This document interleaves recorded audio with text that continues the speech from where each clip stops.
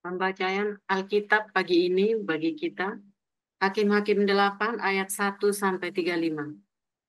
Lalu berkatalah orang-orang Efraim kepada Gideon, "Apa macam perbuatanmu ini terhadap kami? Mengapa engkau tidak memanggil kami ketika engkau pergi berperang melawan orang Midian?" Lalu mereka menyesali dia dengan sangat.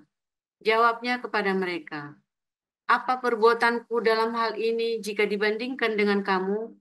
Bukankah pemetikan susulan oleh suku Efraim lebih baik hasilnya dari panen buah anggur kaum Abiezer? Allah telah menyerahkan kedua raja Midian itu, yakni Oreb dan Zeb, ke dalam tanganku.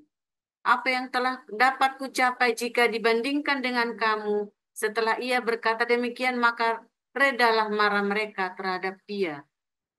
Ketika Gideon sampai ke Yordan, ketika Gideon sampai ke sungai Yordan, menyeberanglah ia dan ke-300 orang yang bersama-sama dengan dia, meskipun masih lelah, namun mengejar juga. Dan berkatalah ia kepada orang-orang Sukot, "Tolong berikan beberapa roti untuk rakyat yang mengikuti aku ini, sebab mereka telah lelah, dan aku sedang mengejar Zebah dan Salmuna, raja-raja Midian." Tetapi jawab para pemuka di Sukot itu, "Sudahkah Zeba dan Salmuna itu ada dalam tanganmu, sehingga kami harus memberikan roti kepada tentaramu?" Lalu kata Gideon, "Kalau begitu, apabila Tuhan menyerahkan Zeba dan Salmuna ke dalam tanganku, aku akan menggaruk tubuhmu dengan duri padang gurun dan Ona." Maka berjalanlah ia dari sana ke Penuel, dan berkata demikian juga kepada orang-orang Penuel. Tetapi orang-orang ini pun menjawabnya seperti orang-orang Sukot. Lalu berkatalah ia juga kepada orang-orang Penuel, "Apabila aku kembali dengan selamat, maka aku akan merobohkan menara ini." Sementara itu, Zebah dan Salmuna ada di Karkor bersama-sama dengan tentara mereka, kira-kira 15.000 orang banyaknya, yakni semua orang yang masih tinggal hidup dari seluruh tentara orang-orang dari sebelah timur. Banyaknya yang tewas ada 120.000 orang yang bersenjatakan pedang. Gideon maju melalui jalan orang-orang yang diam di dalam kemah di sebelah timur Noban dan Yobe. Ulang. Gideon maju melalui jalan orang-orang yang diam di dalam kemah di sebelah timur Noba dan Yokbeha, lalu memukul kalah tentara itu ketika tentara itu menyangka dirinya aman. Zebah dan Salmuna melarikan diri, tapi Gideon mengejar mereka dan menawan kedua raja Midian itu, yakni Zebah dan Salmuna, sedang seluruh tentara itu dicerai-beraikannya. Kemudian kembalilah Gideon bin Yoas dari peperangan dengan melalui pendakian Heres. Ditangkapnya lah seorang muda dari penduduk Sukot. Setelah ditanyai, orang itu menuliskan nama para pemuka dan para tua-tua di Sukot untuk Gideon. 77 orang banyaknya. Lalu pergilah Gideon kepada orang-orang Sukot sambil berkata, "Inilah Zeba dan Salmuna yang karenanya kamu telah mencela aku dengan berkata, 'Sudahkah Zeba dan Salmuna itu ada dalam tanganmu, sehingga kami harus memberikan roti kepada orang-orangmu yang lelah itu?' Lalu ia mengumpulkan para tua-tua kota itu, ia mengambil duri dari padang gurun dan onak, dan menghajar orang-orang Sukot dengan itu.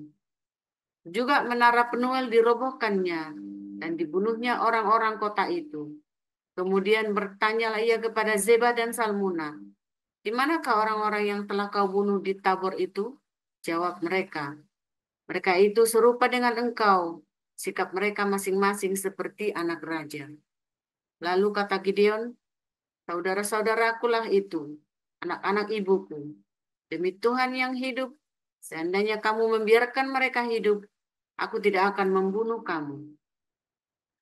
Katanya kepada Jeter, anak sulungnya, 'Bangunlah, bunuhlah mereka.' Tetapi orang muda itu tidak menghunus pedangnya karena ia takut, sebab ia masih muda. Lalu kata Zeba dan Salmuna, 'Bangunlah engkau sendiri dan paranglah kami, sebab seperti orangnya, demikian pula kekuatannya.' Maka bangunlah Gideon, dibunuhnya Zeba dan Salmuna, kemudian diambilnya bulan-bulanan yang ada pada leher unta mereka. Kemudian berkatalah orang Israel kepada Gideon, biarlah engkau memerintah kami, baik engkau baik, anakmu maupun cucumu, sebab engkaulah yang telah menyelamatkan kami dari tangan orang Midian. Jawab Gideon kepada mereka, aku tidak akan memerintah kamu, dan juga anakku tidak akan memerintah kamu, tetapi Tuhan yang memerintah kamu. Selanjutnya kata Gideon kepada mereka, satu hal saja yang kuminta kepadamu.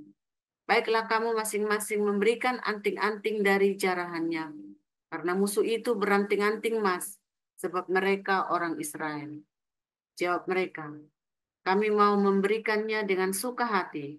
Dan setelah dihamparkan sehelai kain, maka masing-masing melemparkan anting-anting dari jarahannya ke atas kain itu. Adapun berat anting-anting emas yang dimintanya itu, ada 1.700 sikal emas, belum terhitung bulan-bulanan, perhiasan telinga, dan pakaian kain ungu muda yang dipakai oleh raja-raja Midian, dan belum terhitung kalung rantai yang ada pada leher unta mereka. Kemudian Gideon membuat efod dari semuanya itu dan menempatkannya di kotanya di Ofra.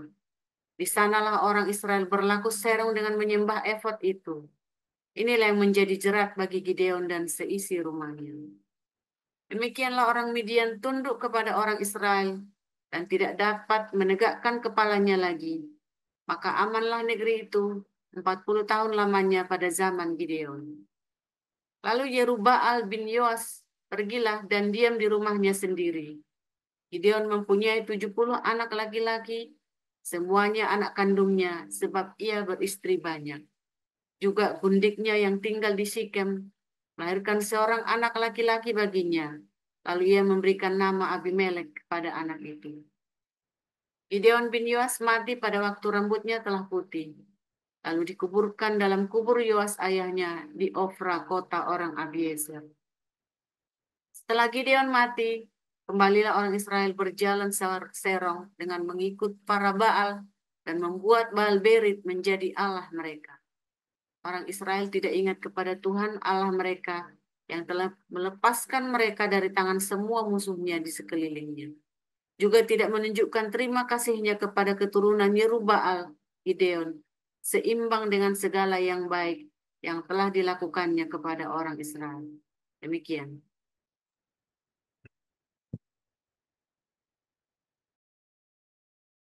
2 Korintus 11 ayat 1 sampai berapa Pak Andra? Maaf Pak. Sampai 35 sampai habis pasalnya. Oke, makasih.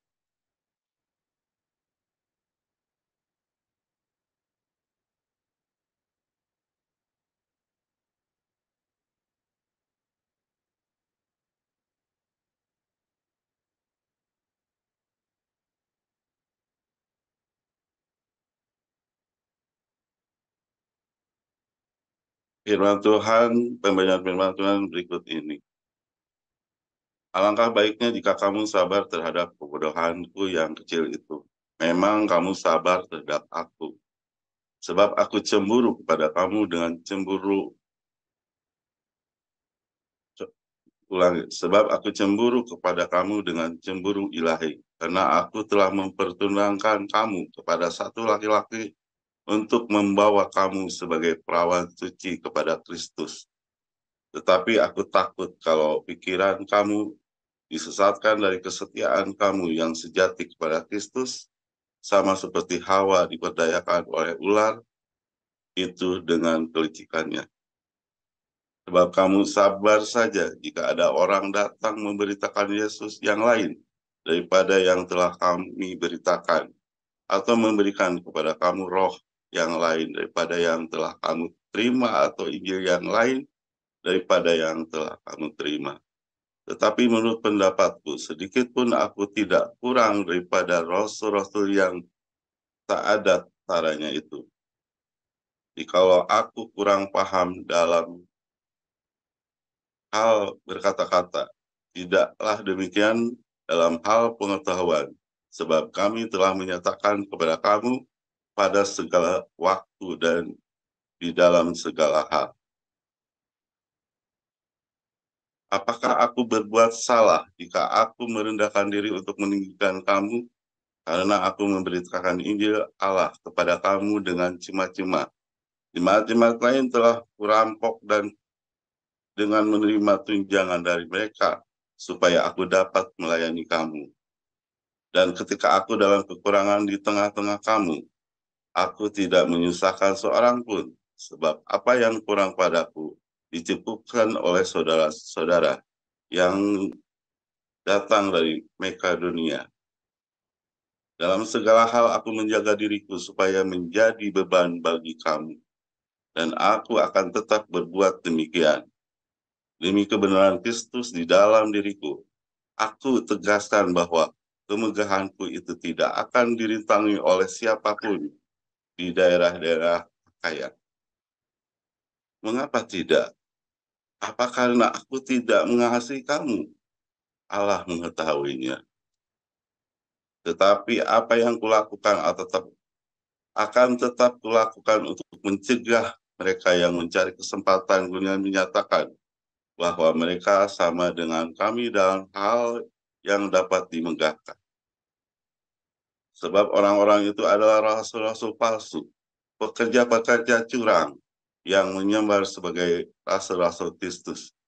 Hal itu tidak usah mengherankan, sebab iblis pun menyamar sebagai malaikat terang.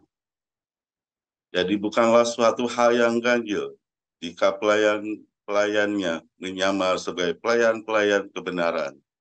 Kesudahan mereka akan setimpal dengan perbuatan mereka. Kuulangi lagi, jangan hendaknya ada orang yang menganggap aku bodoh. Dan jika kamu menganggap demikian, terimalah aku sebagai orang bodoh, supaya aku pun boleh bermegah sedikit. Apa yang aku katakan? Aku mengatakannya bukan sebagai seorang yang berkata menurut firman Tuhan, melainkan sebagai seorang bodoh yang berkeyakinan bahwa ia boleh bermegah. Karena banyak orang yang bermegah secara duniawi, aku mau bermegah juga. Sebab kamu suka sabar terhadap orang bodoh karena kamu begitu bijaksana.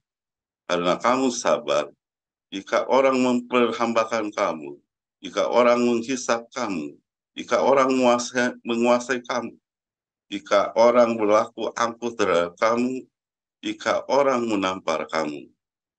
Dengan hangat malu aku harus mengakui bahwa dalam hal semacam itu kami terlalu lemah. Tetapi jika orang-orang lain berani membanggakan sesuatu, maka aku pun berkata dalam kebodohan, berani juga. Apakah mereka orang Ibrani? Aku juga orang Ibrani. Apakah mereka orang Israel? Aku juga orang Israel. Apakah mereka keturunan Abraham? Aku keturunan Abraham. Apakah mereka pelayan Kristus? Aku berkata seperti orang gila. Aku lebih lagi. Aku lebih banyak berjerih lelah. Lebih sering di dalam penjara. Didera di luar batas. Kerap kali dalam bahaya maut. 5 kali aku disesah orang Yahudi. Setiap kali 40 kurang 1 bulan. 3 kali aku didera, 1 kali aku dilempari dengan batu, 3 kali mengalami haram kapal. Sehari semalam aku berkatung-katung di tengah laut. Dalam perjalanan, aku sering diancam bahaya banjir dan bahaya penyamun, bahaya dari pihak orang-orang Yahudi dan pihak orang-orang bukan Yahudi. Bahaya di kota, bahaya di padang gurun, bahaya di tengah laut, dan bahaya dari pihak saudara-saudara palsu. Aku banyak berjerih lelah dan bekerja berat. Kerap kali aku tidak tidur, aku lapar dan dahaga. Kerap kali aku berpuasa, kedinginan dan tanpa pakaian. Dan dengan menyebut banyak hal lagi urusanku sehari-hari, yaitu untuk memelihara semua jemaat-jemaat. Jika ada orang merasa lemah, tidakkah aku turut merasa lemah? Jika ada orang tersandung, tidakkah hatiku hancur oleh duka cita? Jika aku harus bermegah, maka aku akan bermegah atas kelemahan. Allah yaitu Bapa dan Yesus Tuhan kita yang terpuji sampai selama-lamanya tahu bahwa aku tidak berdusta. Di Damsik, wali negeri Raja Aretas menyuruh pengawal kota-kota orang Damsik untuk menangkap aku. Tetapi dalam sebuah keranjang aku diturunkan dari sebuah tingkap keluar tembok kota, dan dengan demikian aku terliput dari tangannya. Demikian firman Tuhan. Ya, amin untuk firman Tuhan. Terima kasih para lektor yang telah membacakan firman Tuhan. Hari ini renungan firman Tuhan dan tema cara membuat Allah. SWT. Silakan Pastor Joseph Oljang.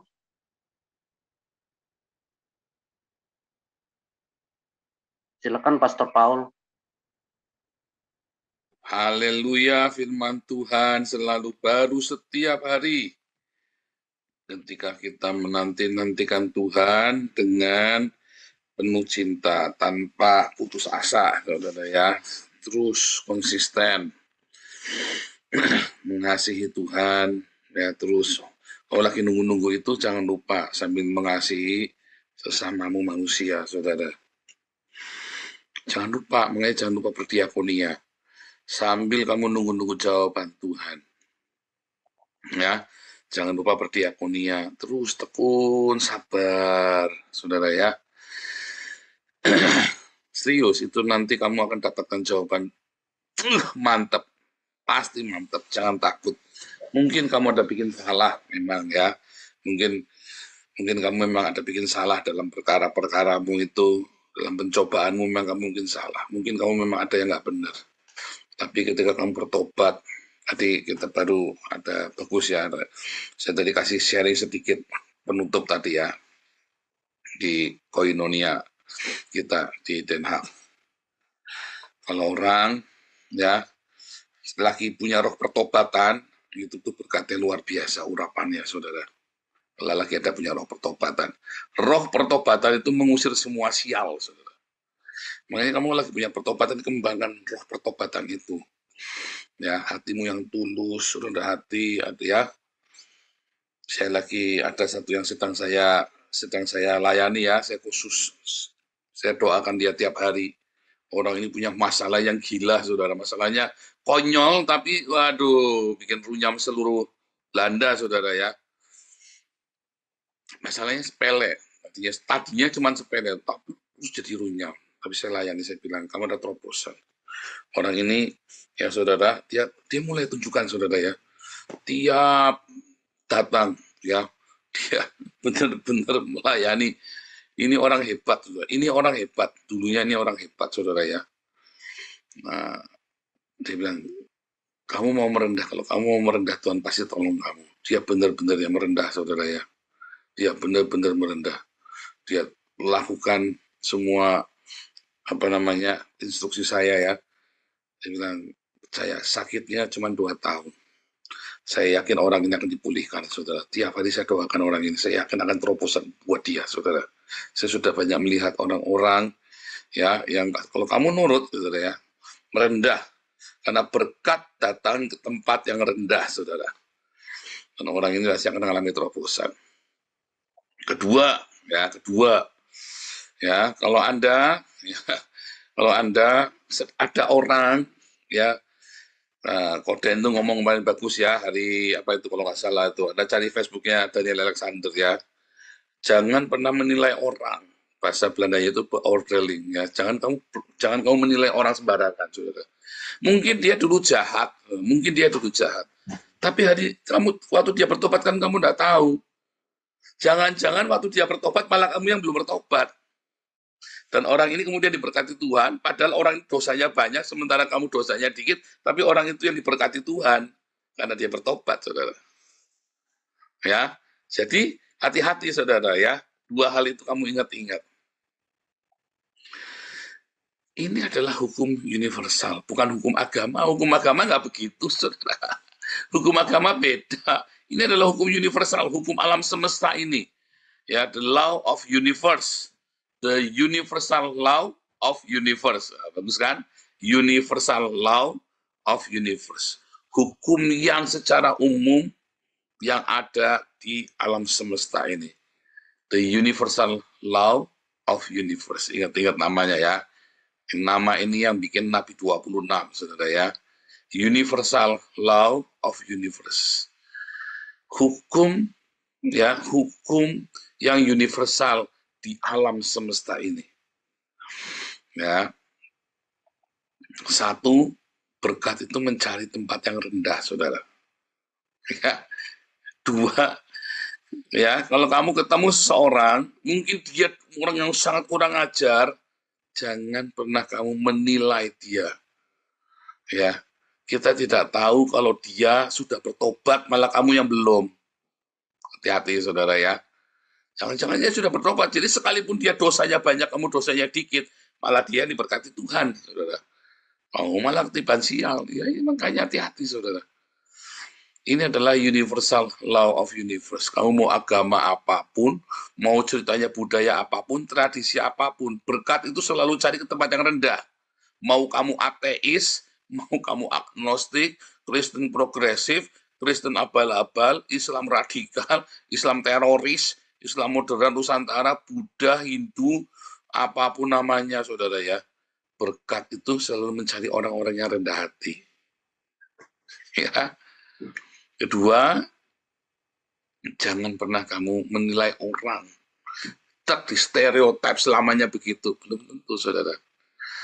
Belum tentu. Orang itu ada tobatnya, dan kita tidak tahu kapan tobatnya dia. Saya sendiri kan sudah tobat.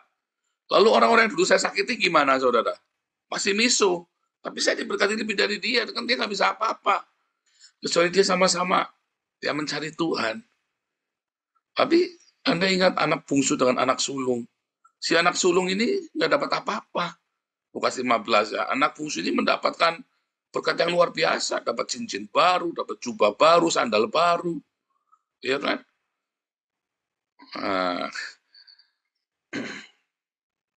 Tetapi agama itu mengajarkan kepada Anda ya penghakiman hitam dan putih. Agama membuat kamu itu jadi menghakimi satu sama lain. Kamu menetapkan standar ya. Di Hagios Bible College saya tadi pagi saya ajari ya tentang jangan memberitakan Injil itu, jangan kamu taruh standar. Saya kemarin saya pernah cerita sharing ya hari Minggu atau di apa, saya marah ya sama seorang gara-gara dia ngancem saya untuk orangnya datang ya, orang yang kita baptis itu untuk datang tadi mau ya. Aduh saya senang sekali, saya berkira sekali. Saya bilang kamu jangan takut.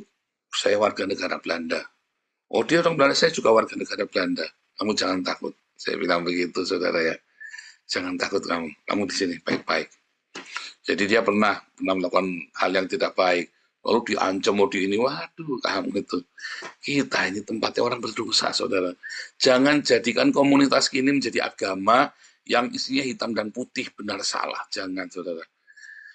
Saya nggak pernah nanya sama Pak Enado. Pak Enado, istrinya berapa? Saya nggak pernah nanya, saudara. Saya nggak pernah menanya masa lalunya Pak Enado. Pak Enado dulu pernah jadi penjahat? Nggak pernah, saudara. Itu sarang walidnya hasil dari Gunung Kawi, apa dari mana? Nggak pernah saya. Mau ke Pak Enado di sini, saya tahu dia niat mau bertobat, saudara. Saya nggak pernah nanya sama Bu Sarma, nggak pernah Pak Iman, nggak pernah nanya, saudara. Kita ini bukan agama, ya. Kita ini sedang mencari kehidupan yang berkenan kepada Tuhan. Mungkin dalam beberapa hal kita bisa gesekan. Tapi ya, yang paling penting kita selalu kembali ingat, oh ya, aku mau mempraktekkan cinta. Aku mau mempraktekkan kasih. Jadi bisa aja ada gesekan. Kalau agama nggak bisa. Agama itu hitam dan putih, saudara, benar salah. Benar salah, hitam putih. Kamu harus standarmu, ada standar ya, dalam beragama. Kalau pengurus itu ya jangan begini, jangan begitu. Itu standar tuh ya. Masa pengurus begitu, masa ketua yayasan begitu, masa itu tadi ya. Saya nggak pernah nanya, saudara. Tetapi begitu kamu sudah masuk di sini, ayo bertobat. Ya dong. Tapi kita tidak pernah pilih-pilih orang. Ya, saya nggak pernah pilih-pilih orang. Saya selalu tanya satu-satu. Oh mau? Loh, kenapa yang jadi pengurus ini Pak Enardo? Ya, karena yang lain nggak mau, saudara. Makanya kita suruh Pak Enado. Kenapa yang jadi pengurus pembantu? Karena dulu yang waktu kita tawarin dari dulu nggak ada yang mau. Kenapa yang jadi pengurus Kobulianti? Ya karena dari dulu nggak ada yang mau. Kenapa yang jadi pengurus Damar Kasih itu Pak Thomas Tejo? Ya karena nggak ada yang mau. Itu loh, saudara. Ya, karena kan Anda deket-deket dengan saya, tampil dengan saya begini kan bukan perkara cekerenes, saudara. Ya kan? Kalau agama itu ceritanya hitam dan putih. Ya, makanya kalau begitu gesekan, dosa nggak dosa, ceritanya ruwet tuh. Ya kan? Tapi kalau kamu cerita tentang kasihnya Tuhan Yesus, maka kamu nggak akan cerita hitam dan putih. Kamu ceritanya, ini saatnya bagiku untuk mempraktekkan kasih. Ini saatnya bagiku untuk mempraktekkan aku mengasihi dia.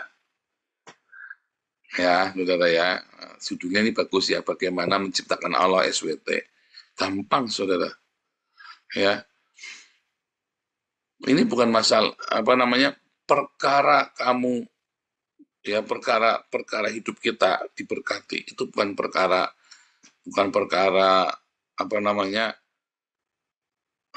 siapa alamu segala macam, enggak, saudara. Wah, ateis, agnostik, agama apapun kamu bisa diberkati. Serius. Anda jangan harus melalui keselamatan hanya melalui Yesus, saudara. Keselamatan hanya melalui Yesus. Tapi untuk hidupmu diberkati dalam hal materi, dalam kebahagiaan, ya itu bukan masalah cuma keselamatan dalam Yesus. Itu adalah hukum universal. Ya, jadi jangan mengklaim bahwa punya yang paling top, yang lain nggak ada, nggak bisa. Kalau keselamatan, karena standar cintanya kan harus standar cintanya Tuhan Yesus. Ya, tapi kalau masalah berkat, kamu kudu rajin bekerja, jujur, dan sebagainya macam itu caranya ya. Makanya kalau Anda diiming-iming dengan Allah, Tuhan itu gampang, saudara. Bagaimana sih cara menciptakan Allah? Anda masuk aja ke gua, saudara. Begitu keluar, Anda bilang aku nabi. Ya, aku bersama dengan Allah. Itu saja, saudara. Menciptakan Allah itu gampang. Ya, mungkin beberapa orang udah mulai shock ya ketika saya bilang. Ya, di kelas profetik juga saya ngajarin ya. Kamu tahu itu agama. Agama itu adalah sains, adalah science. Kalau kamu kembali kepada agama, kalau kamu dapat bercokol dengan agama, di mana agama itu lahir dan bertumbuh, maka kamu kembali ke zaman itu. Kalau kamu adalah agamanya Viking itu ya, Thor, ya kamu ke zamannya mereka itu. Cerita tentang Thor, senang klinik-klinik yang begitu, yang Thor pegang palu gede, palu gada segala macam. Tentang Zeus, tentang siapa lagi ya, tentang Odin, ya itu tadi dongeng-dongeng yang begitu. Itu sains. Kalau kamu percaya kepada Dewa Ra, kamu kembali ke peradaban Mesir. Kalau kamu percaya kepada Allah SWT, kamu kembali ke peradabannya Nimrod. Bukan Muhammad, mundur kamu, saudara, kepada yang Nimrod. Karena Nimrod itu menyembah Allah, monoteisme, tauhid. Tauhid ya. Nimrod itu tauhid ya, sama seperti Muhammad. Orang Kristen bukan tauhid, Yahudi bukan tauhid, monolatri. Elohim, ya, bukan Allah satu, til. Elohim itu kamu nggak bisa hitung, ya. Ada akhiran im. Nah, ketika kamu datang kepada agama, maka kamu sedang membuat hitam putih aturan-aturan dalam pikiranmu sendiri, makanya kamu tidak menemukan jawaban doamu di dalam agama. Ketongan kuping saya, saudara. Kamu jangan nggak jujur dengan diri sendiri. Berapa banyak kamu doa, 1000 doamu, belum tentu 999 kali kamu jawab. Dari 1000 doamu, ya, jangankan 900, belum tentu 1 kali dijawab. Itu peluangnya cuma 1/1000. Belum tentu, saudara. Kamu doa 1.000.000 kali aja belum tentu 1 kali dijawab kok. Kalau pas dijawab itu bukan karena jawaban doa, itu karena random. Ya kan? Tuhan, tolong Tuhan supaya besok jangan hujan. Besok ada hujan benar. Apakah Tuhan menjawab doamu? Bukan, saudara. Jangan ngawur. Oke, memang kebetulan aja ada hujan. Random, soalnya Tuhan menjawab doaku. Lalu kalau gitu, ketika kamu yang, Tuhan besok supaya jangan hujan, ternyata hujan gede banget. Berarti Tuhan nggak menjawab doamu. Secetek itukah jalan berpikirmu, saudara? Nggak begitu. Ya. Tuhan tolong aku Tuhan supaya aku tidak merokok lagi. Bukan, kamu orang ateis saja tidak perlu berdoa seperti itu untuk tidak merokok. Orang ateis itu tidak perlu berdoa supaya berhenti merokok. Orang ateis itu tidak perlu berdoa supaya berhenti pakai narkoba. Orang ateis itu tidak perlu berdoa supaya nggak pergi ke Alexis. Ya, dia memutuskan saja. Aku tidak mau merokok lagi. Udah dia buang. Aku tidak mau pakai narkoba. Udah dia sembuh. Nggak usah orang bertuhan. Karena Tuhan itu adalah ciptaan dari agama. Agama adalah sebuah sains di zaman itu. Jadi kalau ilmu pengetahuan yang lain berkembang, maka ilmu pengetahuan di dalam agama nggak berkembang. Nah, kasusnya panjang, itulah kelas profetik kan, kamu ngerti yang saya maksud. Nah makanya saudara, ketika kita datang sama Tuhan, kita datang kepada Sang Cinta. Anda tidak datang kepada sebuah sosok, tidak datang kepada sebuah institusi. Anda datang kepada cinta, Sang Cinta itu. Di dalam pergumulan hidupmu, kamu harus menyertakan cinta. Sesusah apapun, jangan lupa untuk mencintai sesama.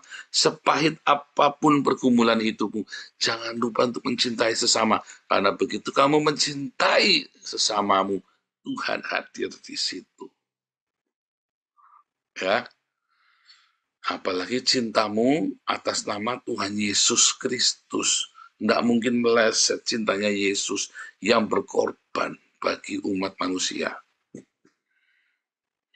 Ya, tapi kalau kamu beragama, ya akhirnya hidupmu, bahkan Kristen pun bisa jadi agama, sudah hati-hati, sudah. Sekarang kan gereja-gereja, banyak dijadikan agama apologet, benar salah.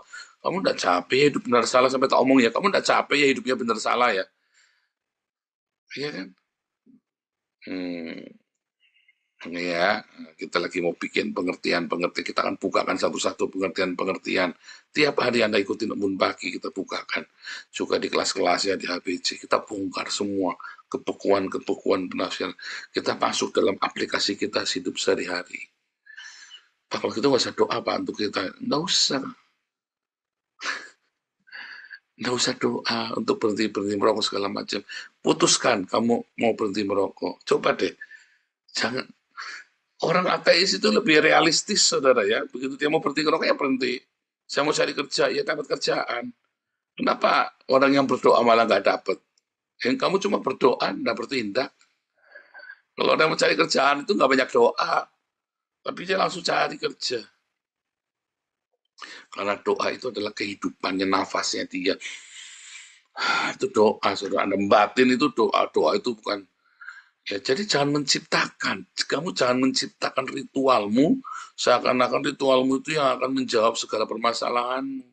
Kamu nanti benar-benar menciptakan ritualmu sendiri, kamu merasa kalau kamu sudah genap ritualnya, masalahmu makan selesai. Oh, saya pernah, saudara. Kamu pikir masalahmu selesai? Enggak, saya menciptakan ritual saya puasa 7 hari, 7 malam. 7 hari, 7 malam saya puasa. Ya, saya menciptakan, oh, ini kalau ini tuh saya, bacaan Alkitabnya sekian. Enggak, saudara, hati-hati, saudara. Itu ada sebuah ritual. Jangan kau ciptakan Allahmu, saudara. Tapi Sang Cinta itu adalah Allah. Ya. Jadi kalau ketika kamu mencintai, maka Allah ada di situ. Nah, bagaimana dengan ritual dan simbol-simbol itu hanyalah sebuah aksesoris untuk kamu bisa menjelaskan tentang cinta. Makanya paling aman, paling benar, kamu mendengar firman Tuhan langsung dilakukan. Sehingga cintamu akan semakin membara, semakin meluap dalam hidupmu, saudara. Begitu rumusnya, ya. Jadi kamu jangan ciptakan Tuhanmu deh, kalau usah menciptakan Tuhan. Ya, agama itu menciptakannya Tuhan, masih Islam menciptakan Tuhannya, Kristen menciptakan Tuhannya. Tapi kalau Kristen dalam tanda kutip, kamu tidak menciptakan Tuhanmu, karena kamu ada di dalam kasih karunia, di dalam cinta agape. Cinta itulah sang Bapa. Ya, saudara ya. Haleluya. Ingat-ingat, dalam masalah apapun kamu, jangan lupa untuk mencintai. Ya, seberat apapun masalahmu, jangan lupa mencintai. Tuhan Yesus memberkati.